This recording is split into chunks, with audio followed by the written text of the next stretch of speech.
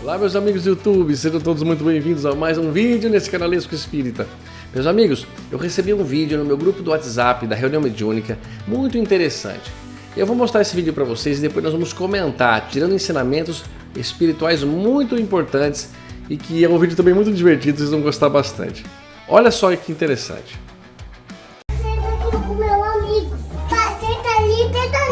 Eu não, quem tá aí? Quem tá amigos?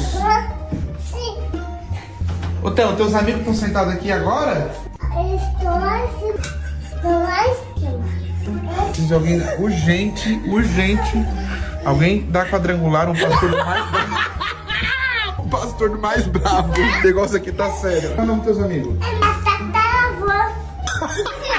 Jesus Cristo. Isso aí é sério. Vai subir. O sangue de Jesus tem poder, tem poder. Jesus da misericórdia. Tô todo cagado já. Essa casa tem 100 anos. Né? Só eu vou colocar o vídeo do começo de novo, só pra gente não perder a primeira frase que ele fala, aí nós vamos comentar, tá bom? Quer ver? Olha só isso aqui, ó. Senta aqui com meu amigo. Pai, senta ali, pai. Senta aqui com meu amigo. Pai, senta aqui com meu amigo. O menino tá chamando o pai para sentar com um amigo que só que ele somente vê. Pessoal, vamos comentar algo importante, algo que vai fazer a gente entender melhor a vida e principalmente essa situação que está acontecendo. Eu gostaria muito que essa família linda, divertida, assistisse esse vídeo, para quem sabe tentar ajudá-lo. Mas a intenção é que sirva para todos nós. Aqueles que têm uma criança na família, aqueles que têm uma criança que está vivendo essa realidade, ou até mesmo aqueles que não têm criança ou já não têm mais criança nessa idade. Que sirva para todos nós que queremos aprender as coisas. O que está acontecendo aqui nessa família? O que esse menino está fazendo?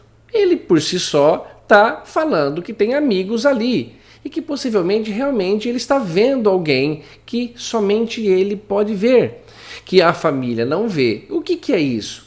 Na concepção espírita, é uma criança que, por ser ainda uma criança, o que é muito comum, já vamos entender essa parte, tem a vidência natural, ela consegue ligar-se facilmente à realidade espiritual e está vendo ali alguém que não está assustando ela.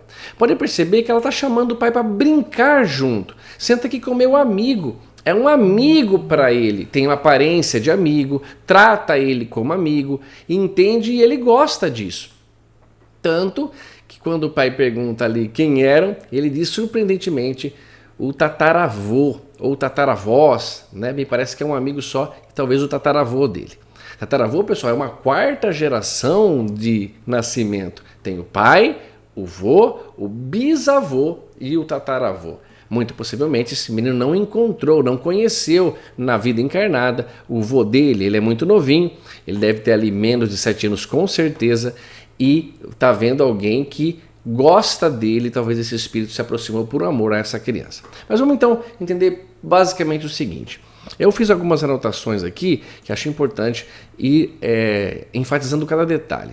Isso é a mediunidade na infância. É muito comum, pessoal, uma criança até 7 anos de idade que não está ali com o seu processo de adaptação à vida encarnada, à vida material tão forte, ele ver espíritos, ou quem sabe até ouvir espíritos, e que para ele é extremamente natural. Observa que para o menino ele não está assustado, ele está até querendo que o pai dele participe daquela realidade.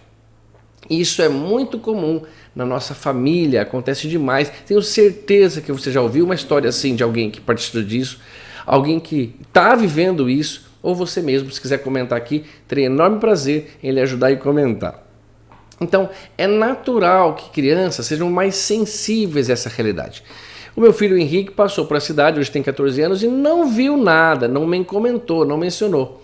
Mas outros, um priminho dele, outras crianças, até por eu ter muito contato com famílias assim, que me contam essas coisas, participaram desta realidade. Mas não é sempre, não é toda criança vê assim. Mas no caso dessa criança, como muitas outras, ele está vendo ali um espírito. Segundo a doutrina espírita, pessoal, a mediunidade ostensiva não necessariamente vai se manifestar nessa criança. Ele pode continuar vendo até os 7 anos de idade e depois deixar naturalmente de ver, e para ele tudo bem. É como se ele deixou de ver esse amigo e não lembra, às vezes até nem mais o que está acontecendo. Eu tenho um livro aqui comigo que eu deixei separado para vocês verem, que é este aqui. A doutora Aine Stevenson, 20 casos de reencarnação, onde crianças, assim como esse menino, que eu não sei o nome, viram realidade espiritual, se lembraram de realidade espiritual e relataram a esse médico, esse pesquisador que montou esse livro. É uma coisa científica, não é nem uma questão de um homem espírita, ele não é partidário a nenhuma religião. E ele tem até já um sucessor, que é o Dr. Jim Tucker, que está mostrando cada vez mais essa realidade se manifestando em todas as épocas, em todas as crianças de todo o mundo. Não é exclusividade de um país e não é exclusividade de uma religião, tá bom? Então, o caso dessas crianças vendo os tataravós é um exemplo de evidência espontânea. Ele está naturalmente vendo essa criança. E olha só, pessoal, por que esse tataravô está ali? Ou quem seria esse espírito? Muito possivelmente um espírito de alguém que ama aquela criança, que é ligada àquela família, e vem fazer o bem para ele, vem brincar com ele, vem fazê-lo se sentir mais amado, vem matar a saudade, porque esse tataravô deve estar na realidade espiritual ainda, talvez pode não ter reencarnado, como pode ter reencarnado, mas no caso ele pode estar na realidade espiritual, vendo e participando do crescimento, como você vai visitar uma pessoa e você brinca e vê aquela criança.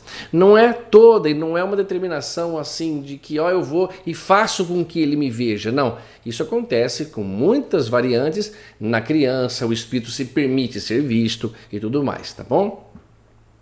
O importante, trate com naturalidade caso você tenha na família algo acontecendo assim. Se você, por exemplo, começar a exaltar muito essa característica, falar, nossa, veja, gostando, o meu filho vê, ele com filho, conta o que você está vendo aqui agora, e o filho perceber que ele tem uma característica que o outro não tem, que ninguém mais tem, ele pode começar a manipular com toda o interesse de nós seres humanos ao seu bel prazer, ao seu interesse. Até porque, quando o pai exaltar assim, talvez a gente vai querer investigar o que ele está falando, quem é ele, qual o conselho que ele daria para o papai nessa situação. O menino, como uma criança, pode começar a usar aquilo para atender o seu interesse. Por exemplo, ele pode falar, papai, o espírito está aqui falando para que eu não devo ir na escola hoje. E ele não está ouvindo nada, mesmo porque um bom espírito jamais diria isso, e mesmo que dissesse, essa determinação é do pai. Nenhuma orientação, esse espírito que veio ali, vai dar a essa criança e deve ser seguida. Como assim?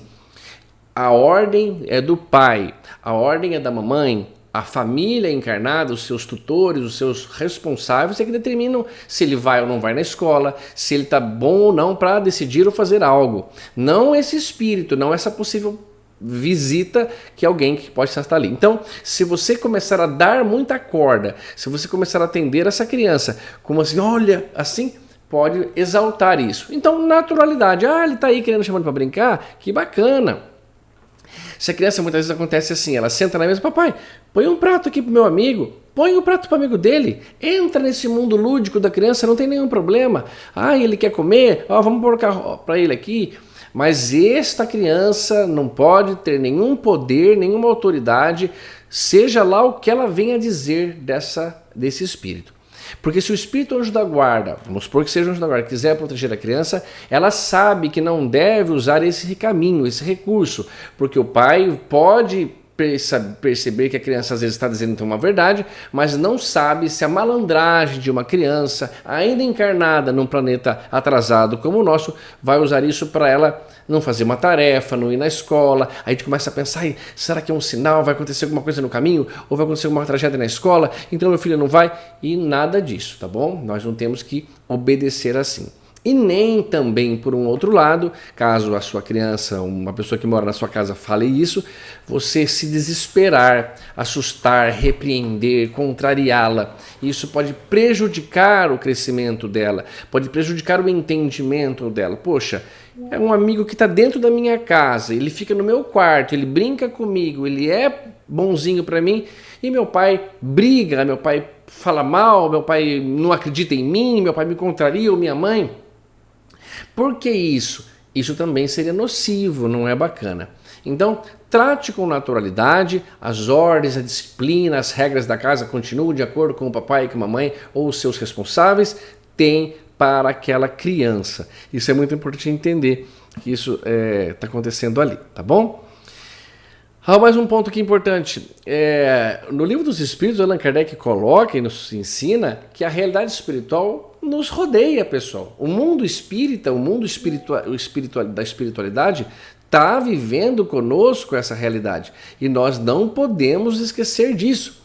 O mundo espiritual vive, ele é real, ele interage e essa criança está vivendo este momento.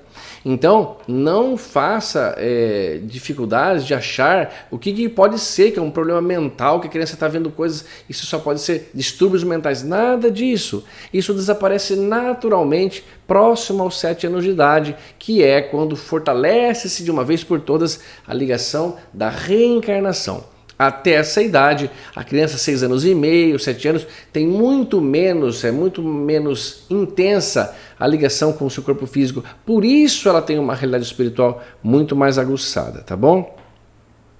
Aqui um detalhe importante também. O pai pensa numa maneira de procurar ajuda. Puxa, ele diz, eu preciso falar com um pastor brabo, um pastor da quadrangular. Eu acho que ele está correto em buscar uma ajuda, uma orientação. Mas papais e mamães, ouça várias opiniões pelo menos, tá bom? Vai então falar com o pastor da igreja evangélica, escuta a opinião dele com carinho, com respeito, veja a proposta de tratamento que ele tem para você. Mas escute também o padre, então vai falar com o padre se você é católico, se ele é importante, mas vai também atrás de um centro espírita de respeito, vai atrás de uma religião da Umbanda. Procure, escute várias opiniões, como você faz para um tratamento de uma doença grave, que no caso aqui não é nada grave, mas vai atrás para que você entenda e perceba que esta realidade é mais comum do que parece. Muitos, talvez, de outros pensamentos não espíritas vão dizer que a criança ali está vendo o demônio, que é o Satanás, é o diabo que está ali influenciando ela. Mas vamos pensar um pouco. Se fosse o diabo, ele não está com uma aparência feia, porque a criança está gostando, é um amigo. Sim, mas o diabo é ardiloso. Ué, se por acaso ele se mostra como um amiguinho e está dizendo coisas ali que o pai não está vendo, como que a gente pode reagir? Nós podemos expulsar chamando quem? A polícia? Nós vamos expulsar chamando os bombeiros para tirar essa pessoa? Não, nós temos que fazer um trabalho religioso. E essa expulsão, pessoal, não adianta tentar expulsá-lo com práticas exteriores. Não, se for uma pessoa que vai querer instalar-se ali, ela não vai sair desse modo. Você teria que tomar uma prática de um comportamento de evangelho no lar, de trazer informação. Mas eu estou aqui falando que se fosse o demônio, fosse o diabo. Ué, se ele só está falando coisa boa, que espécie de truque é esse? Qual é a intenção desse ser maligno? O diabo somos nós, pessoal, quando fazemos o mal. A doutrina espírita diz claramente que o diabo, ele não existe, não há uma personificação do mal, não há um ser contra Deus eternamente. E realmente não pode Deus ter criado um ser tão maravilhoso, mas ao mesmo tempo tão vaidoso. A gente fala, poxa, mas se Deus criou com defeito. Ou ficou bom por um tempo e deu defeito de fabricação e virou-se contra o próprio Pai. E está atazanando os filhos desse Senhor, desse Pai. Não pode, não tem lógica uma coisa dessa. Então, pela opinião espírita, eu digo, o que essa criança está vendo, ou o que as crianças de todo lugar vê quando estão assim nessa situação, não é o demônio, não. Pode que ele esteja vendo um ser muito amoroso, muito bem-vindo, um espírito amigo, um espírito que gosta de estar naquela casa, que participa daquela casa, tá bem? Então, o que você deve fazer é sim procurar orientação, procurar ajuda, mas tratar desta criança de maneira respeitosa e ouvir todas as opiniões e com sinceridade pensar o que me parece ser mais real. Lembra-se que Chico Xavier via que desde muito pequeno, crianças, via espírito, via tudo quanto é jeito, e muitas vezes os padres o obrigavam a carregar pedras em romarias, em penitências, pedras pesadas, sem sentido. O que isso pode fazer? O que tem a ver a mediunidade com isso? Então, pessoal, O que está acontecendo aqui é algo tão bonito, eu acho algo tão maravilhoso perceber um tataravô vindo visitar um menino que é seu tataraneto, que tem ali, claro, o seu bisneto, que ama, que quer visitar, que quer estar junto na família, quer brincar, já subiu a escada rapidamente, a criança falou, já está lá em cima, e participar e vivenciar tudo isso. Vamos dizer mais uma coisa aqui. E o medo, pessoal, vai vir da falta de conhecimento disso tudo. O pai ele demonstra, eu estou cagado, ele fala, é a falta de conhecimento. Eu vibrava e pedia tanto para que o Henrique visse alguém e comentasse, Deus sabiamente não deixou.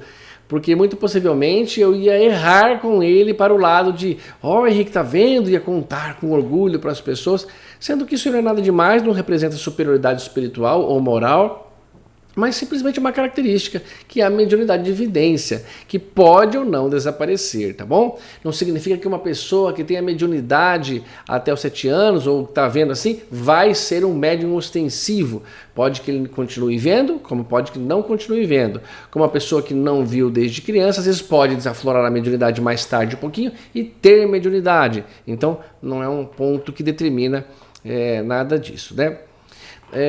Nós somos alimentados por filmes, pessoal, que fantasmas são seres do mal, são seres demoníacos, são seres que querem nos prejudicar, que se estão na nossa casa, eles estão...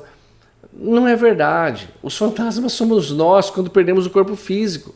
O meu pai e minha mãe, que estão encarnados, são ainda seres humanos. Quando morrerem, virarão fantasmas contra mim.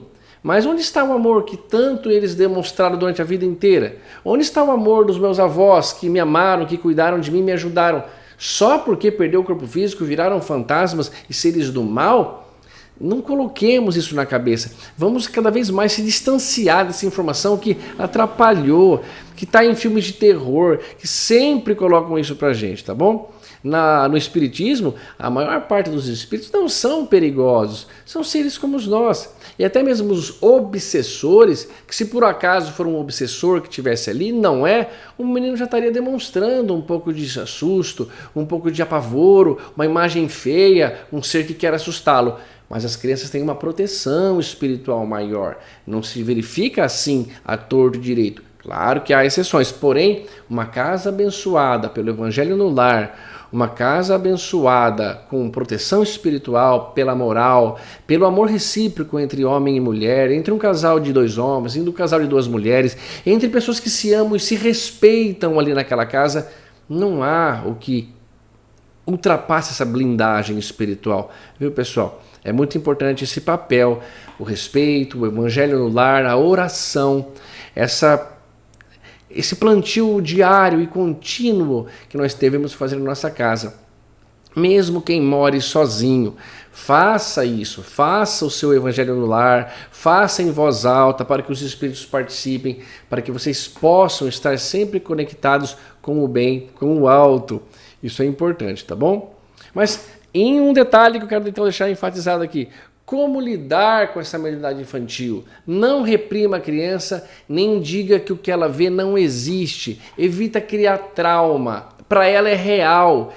Mas eu devo procurar só a religião? Não, você deve procurar um médico também. Você deve procurar um psicólogo, se você achar necessário. Mas isso demonstra para nós que não é um distúrbio.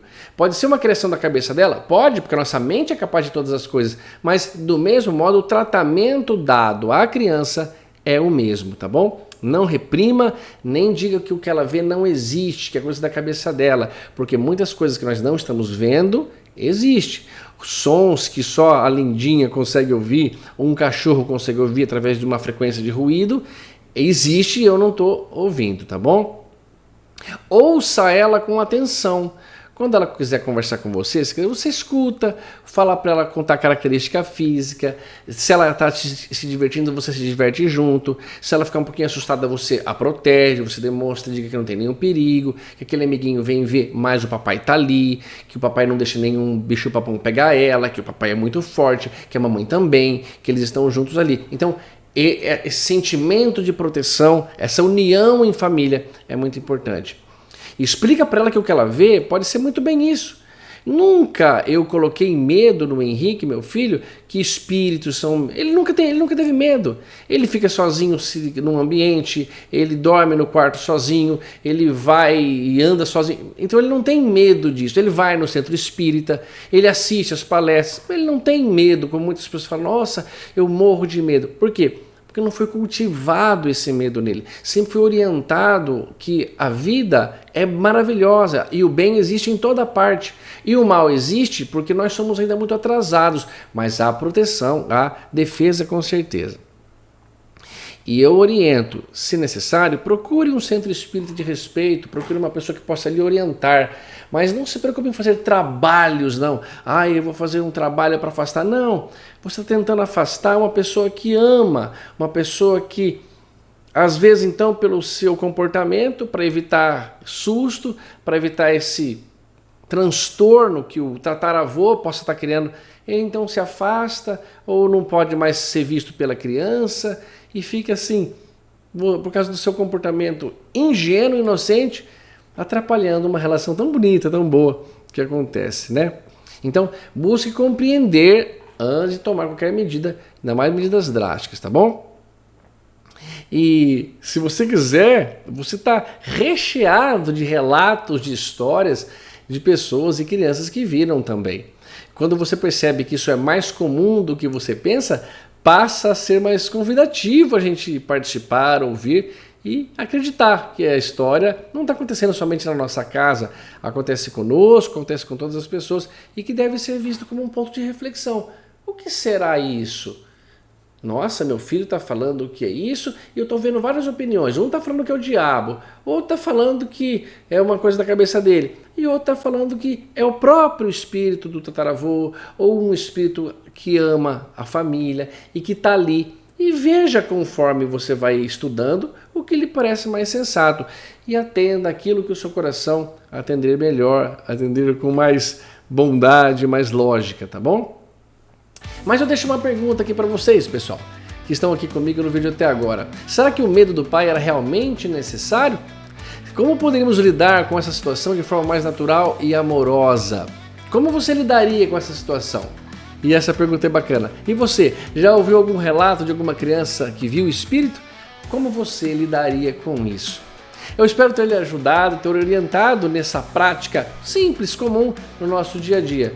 Nós somos espíritos, nossos filhos são espíritos e participam de uma realidade que, graças a Deus, através de um simples olhar de uma criança, ela se manifesta dentro da nossa casa, mostrando que o amor continua mesmo depois da nossa morte. A morte não é capaz de separar quem se ama, a morte só é uma passagem criativa para uma outra fase, uma outra realidade, que graças a Deus, Deus não nos separa completamente, permitindo que avós, tataravós venham visitar seus netinhos, porque amam e porque querem ficar mais um pouquinho juntos. Meus amados, que vocês tenham apreciado esse vídeo e que ele possa ter trazido para vocês calma, consolo e alegria. Um beijão, até a próxima!